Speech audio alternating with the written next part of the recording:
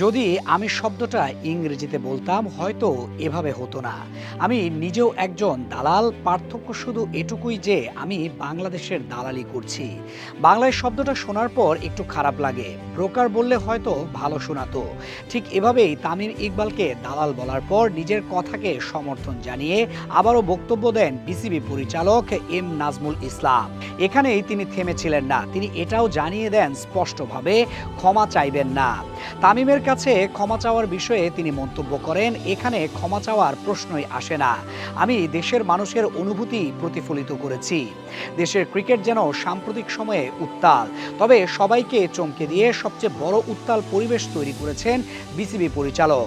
Tamim ইকবালকে BCB ও দেশের পক্ষে না দাঁড়িয়ে ভারতের দিকে ও আইসিসির পক্ষে কথা বলায় সরাসরি দালাল শব্দে ব্যাখ্যা করেছেন, তাও আবার দাবি করেছেন ভারতের দালাল হিসেবে। শিয়া বাটার ও ভিটামিন সমৃদ্ধ লিলি বিউটি সোপ, তারুণ্যময় উজ্জ্বল ত্বকের জন্য। রিমার্ক। তাইজুল ইসলাম লিখেন, নাজমুলকে ক্ষমা চাইতে হবে। সাবেক জাতীয় অধিনায়ক তামিম ইকবালকে নিয়ে বিসিবি পরিচালক এম নাজমুল ইসলামের বক্তব্যে আমি হতবাক। একজন জাতীয় দলের ক্রিকেটার সম্পর্কে বোর্ড পরিচালকের এমন শব্দচয়ন শুধু রুচিহীনই নয়, তা সম্পূর্ণ অগ্রহণযোগ্য এবং আমাদের ক্রিকেট সংস্কৃতির পরিপন্থী।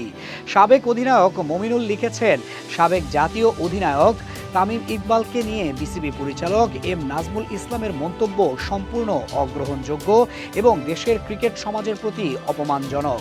তাসকিন লিখেছেন, এ ধরনের মন্তব্য বাংলাদেশ ক্রিকেটের অগ্রগতির জন্য ক্ষতিকর।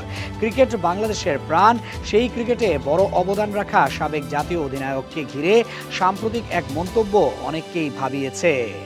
সবাই অনেক মন্তব্য করতে শিখে গেছে তামিমকে দালাল বলায়, অথচ এদের কেউই মুস্তাফিজের ইস্যুতে মুখ খুলেনি। তবে কেন এই দ্বিচারিতা? এছাড়াও বিভিন্ন ক্রিকেটার এসে করেছেন সংবাদ সম্মেলন, তাদের সবার দাবি একটাই, ক্ষমা চাইতে হবে। অথচ দেশে এত কিছু ঘটে গেছে, তখন তারা সবাই ছিল চুপ। কোয়াব সভাপতি মোহাম্মদ মিথুন বলেন, দয়া করে ক্রিকেটের সাথে রাজনীতি মেশাবেন না।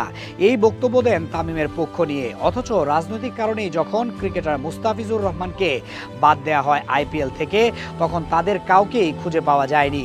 এই হচ্ছে দেশের ক্রিকেটারদের অবস্থা, যেখানে কথা বলা দরকার সেখানে টু শব্দ করার সাহস তাদের নেই।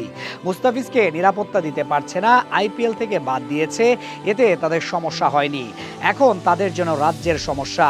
তারা তো আলটিমেটাম দিয়েছেই, এমনকি বলেছে যদি ক্ষমা না চায় তবে অন্য পথ দেখে নেবে। এই অন্য পথ যদি তারা ক্রিকেটের জন্য দেখতে পারত, তবে অনেক আগেই একটা আন্তর্জাতিক শিরোপার মুখ বাংলাদেশ দেখতে পারত। কিন্তু কি আর করা, রক্তেই তো মিশে গেছে সবকিছু। খেলার চেয়ে এখন তাদের নজর অন্যদিকে। তবে শেষ পর্যন্ত কি ক্ষমা চাইবেন নাজমুল ইসলাম?